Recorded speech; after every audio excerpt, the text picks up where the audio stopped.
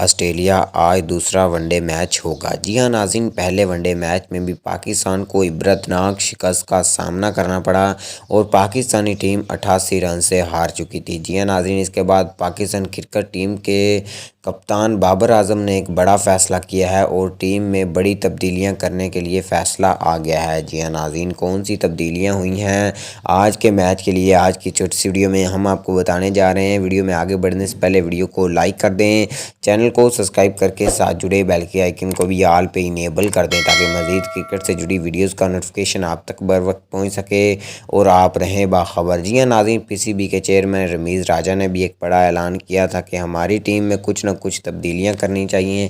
ہمارے کچھ ایسے اچھے بولر اور بیٹسمین پیچھے بیٹھے ہیں جن کو ٹیم میں لانے کی اشد ضرورت ہے۔ جی ہاں ناظرین، اس کے بعد پاکستان کرکٹ ٹیم کے مایہ ناز بولر محمد عامر کو ٹیم میں شامل کر لیا گیا ہے جو کہ آج کے میچ میں پرفارمنس دکھائیں گے۔